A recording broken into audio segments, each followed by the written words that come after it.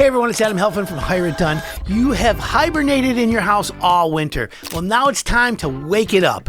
Let's talk about the interior spring checklist for your home. Okay, so it's time to wake up the inside of your house. It's springtime. We're doing the checklist. Let's start with the furnace.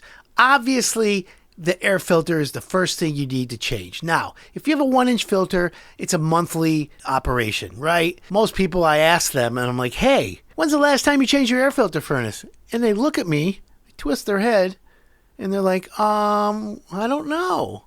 You know, again, it's a monthly thing. That's for the 1-inch filters.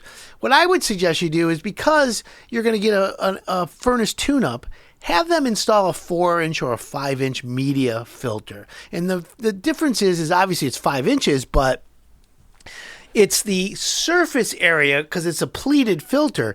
It's the surface area that captures more dust and debris before your furnace blows it around through your house. Air quality is super important today. In fact, did you know the air inside your home is 5 to 10 times dirtier than the outside air? Truth. That's real, my friends. So that's why air quality is so important. And that's why your furnace is the lungs of your house. Change that filter and be smart about it. Now, I do tell homeowners, get your ductwork clean every 3 to 5 years. And let me say this, the average ductwork in a house has up to 25 pounds of dust throughout the entire house. In the ductwork. How gross is that? Get your ductwork clean, please. Do it once. Every 3 to 5 years, you'll be thanking me. Next thing I want to do on your interior checklist is test all your carbon monoxide detectors and all your smoke detectors. Recently, or for the past decade, smoke detectors have been hardwired into the houses. But the majority of people still have the battery-operated ones, and you hear that chirp, and you're always like, where is it? Where is it? Well, it saves lives, my friends. So it's important that you test all your smoke detectors. And I'm going to give you a tip that's going to save you that headache for 10 years. Here it is, friends. Smoke detectors that use batteries have a 9-volt in them. Go buy a lithium-ion 9-volt battery. It costs more. However, that battery will last you 10 years in a smoke detector. Okay? Think about that. You will not have to worry about that chirping noise for 10 years. Now, if you want to upgrade your smoke detectors in your house, I would suggest you go out and buy the smoke detectors that have the carbon monoxide detector built in. So it's what we call a combo unit. That way you have 2 for 1 and you still use that battery and you'll be safe and sound. Too many people die every year from having the smoke detector battery pulled out, not working, and a fire breaks out in their house. Don't be a victim. Get it done, please. A lot of times I tell people, just open the windows in your house for a day. Let fresh air circumnavigate through the house.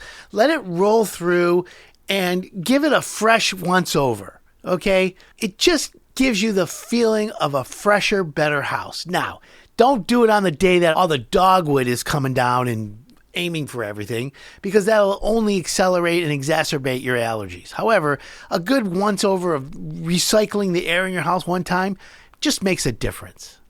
The next item on your interior spring checklist is your plumbing. Plumbing is the lifeblood of your house. So what are you going to check to make sure that your plumbing's in good working order? Okay, let's start with under every sink. Run the water at each sink, open the cabinet, look underneath and look for drips. Look for leaks. Make sure you don't see any signs of water. That's number 1. Number 2, go into your basement if you have a sump pump and test your sump pump. Get a bucket from one of the big box stores, fill it up with water, dump it in so it triggers the float, and watch the water get pumped out. If for some reason it doesn't trigger, it doesn't work, you need to call a plumber right away. Because if you get a backup and the sump pump breaks, you may not get coverage from your insurance company for the flood. A lot of people don't realize that, because recently, in the past many years, insurance companies have carved out flood coverage from a broken sump pump. You have to buy what they call a rider. Call your insurance agent and just say, do I have sump pump coverage failure or sump pump failure coverage? Ask that question, because it'll save you thousands of dollars. But get your sump pump working and make sure that it's done properly. Next thing I want to do, since you're in the basement or you're in a lower level, inspect your water heater. Look for drips around your water heater. Now, everyone says, oh, drain your water heater once a year. You know what? I used to tell everyone to do that, but when you do drain your water heater, in the interior of your water tank, it kind of can shake things up a little bit. In my opinion, sometimes that will accelerate any problems. I would rather you check for leaks. If it's dry, leave it alone. If you are going to drain it, just know that there's a potential for any interior rot to accelerate and break out, and you may create a leak from doing that. So just be careful. Now, another item for your interior checklist for this spring is check your hose bibs. Now, everyone says, oh, the hose bibs are on the outside. Yes. However, when the hose bib breaks and it freezes in the wintertime, it's where it breaks is in the inside of the house, the warm side. So turn the water on, check it out, and make sure that everything is functioning properly. Again, make sure you have a plumber on speed dial. HireItDone.com, we have plenty of plumbers, and we want to help you. And one more. Run your plumbing in rarely used fixtures. If you have a sink in the basement, you have a bathroom in the back corner of the house that you haven't used, turn the plumbing on, turn the faucets on, let it run, look at the P-trap, look at the drain, and make sure there's no leaks, because sometimes it'll dry out and you'll get odors coming through. So it makes sense to test the water at rarely used fixtures.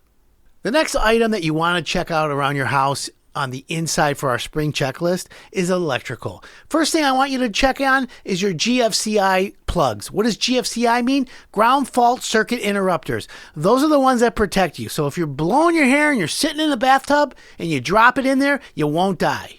So for electrical, I want you to test all your GFCIs. What's a GFCI? Ground fault circuit interrupter. Sometimes they call it a GFI. But what this does is basically saves lives.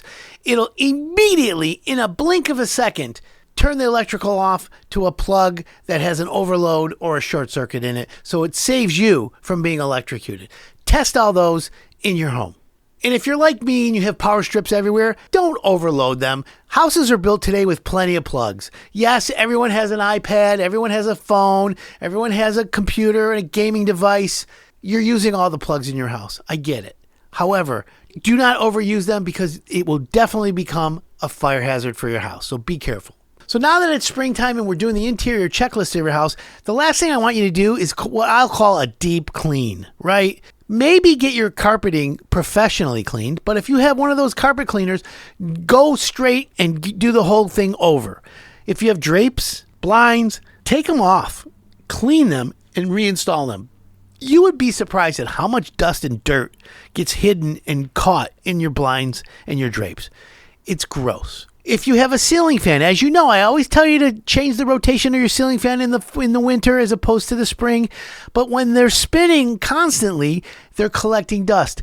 So be careful when you get up on a ladder, but clean your ceiling fan and make sure you wipe it properly, because you may leave it unbalanced if you don't wipe it properly. That's important to know. Another thing that people forget about, and when I told you to get your ductwork clean, I also am instructing you to clean your dryer vent.